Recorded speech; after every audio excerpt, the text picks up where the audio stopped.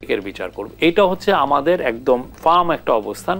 সেটা শেখ হাসিনার পরিবার, আওয়ামী লীগের নেতৃস্থানীয় যাদের মধ্যে যাদের হাতে রক্ত আছে প্রত্যেকের বিচার। আপনি ইউএন এর রিপোর্টটা দেখেন, ওইখানে স্পষ্ট বলা আছে শেখ হাসিনা কি করেছেন। উনি অর্ডার দিচ্ছেন যে মেরে ফেলতে, এবং উনি ওই ইয়েগুলোকে কি যেন লাশগুলোকে লুকিয়ে রাখারও কথা বলছেন। এবং এই লাশগুলো এই যেই টেস্টিমনি যেটা আসছে সেইটা যে ইউএন এর কাছে, এটা কিন্তু অন্য কেউ দেয়নি, এটা আওয়ামী লীগের লোকরাই ইউএন এর কাছে এটা দিয়েছে। তারা বলেছে যে শেখ হাসিনা এই কাজগুলো করেছেন।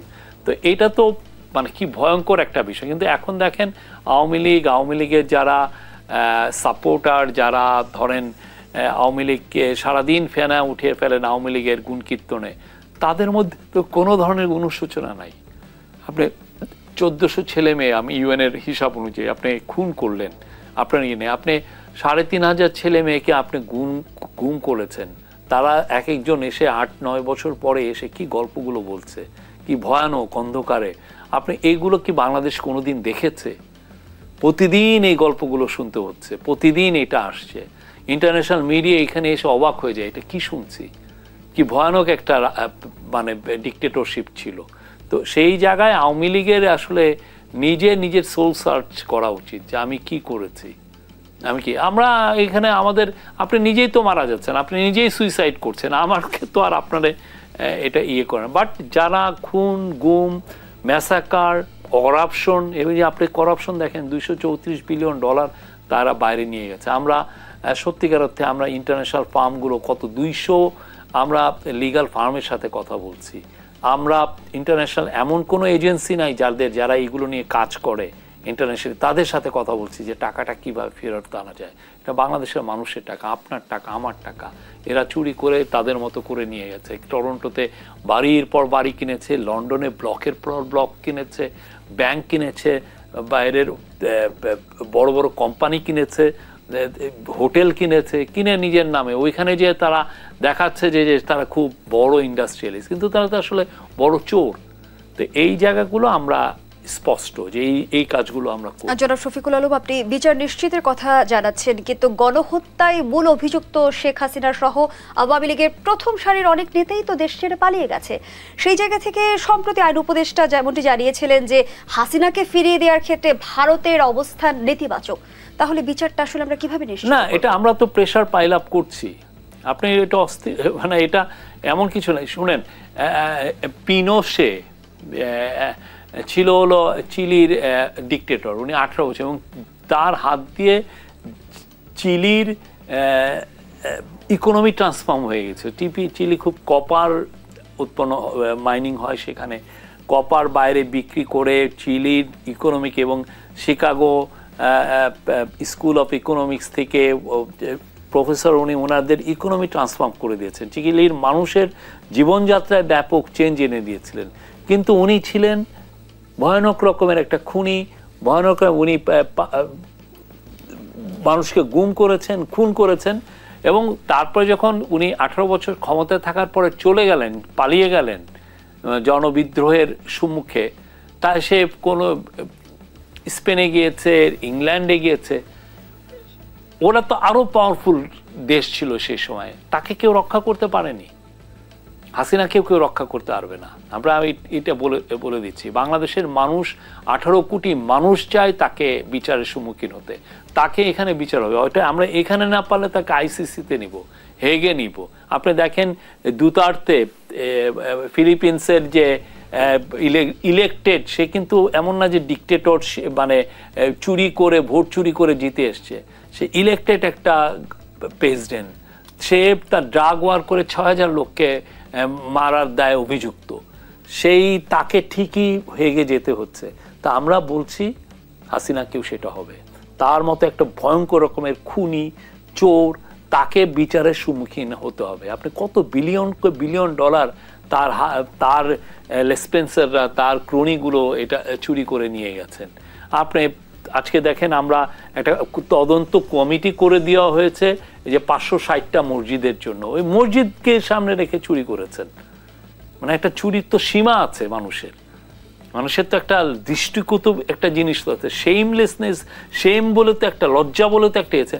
মসজিদের ওইখানেও তারা চুরি করেছেন, আমরা একটা ইনভেস্টিগেটিভ কমিটি করে দিয়েছি, তারা এটা বের করবে। আপনি বলছিলেন যে অভিযুক্তদের বিচার হবে এবং আওয়ামী লীগের বিষয়ে সিদ্ধান্ত নেবে জনগণ। রাজনৈতিক দলগুলো থেকেও আমরা এমন তথ্য পাই যে আওয়ামী লীগের বিষয়ে সিদ্ধান্ত নেবে জনগণ। জনগণ কোন প্রক্রিয়া আসলে সিদ্ধান্ত নেবে? জনগণ তো অলরেডি তারাই তো নাই।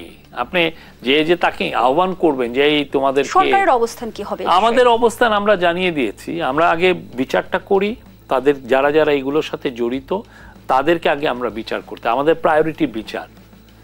নির্বাচন নিয়ে সরকার কি ভাবছে?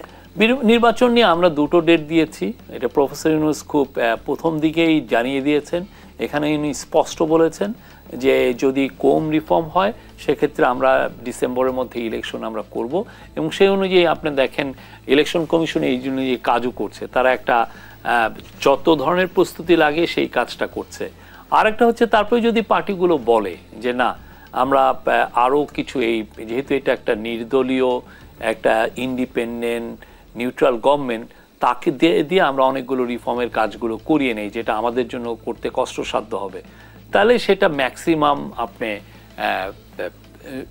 জুন পর্যন্ত যাবে। আমাদের কাট অফ ডে টাইম হচ্ছে জুন 30, 2026, এরপরে আমরা নাই, এটুকু আপনি নিশ্চিত থাকেন। বাট সবাই যদি চান যে না আমরা ডিসেম্বর 2025 ইলেকশন, ফাইন, আমরা করতে প্রস্তুত, সব ধরনের প্রস্তুতি। সম্প্রতি বেশ কয়েকটা আন্তর্জাতিক গণমাধ্যমকে প্রধান উপদেষ্টা ডিসেম্বরের নির্বাচনের এক ধরনের আভাসও দিয়েছে। না এটা আমরা বলছি, ডিসেম্বরের নির্বাচন নিয়ে ষড়যন্ত্র দেখছি। আপনি শুনেছেন যে আমরা বলেছি যে না আমরা এই সময় নির্বাচন চাই না, এই ধরনের কোনো বক্তব্য কেউ দিয়েছেন?